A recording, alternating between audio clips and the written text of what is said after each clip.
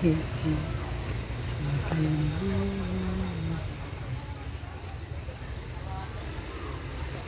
menit dulu? Pembalik menit 32 menit loh. 55 detik ya.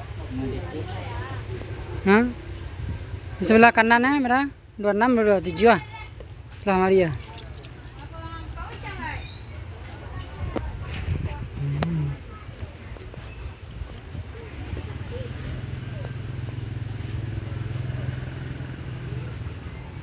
Detik ya.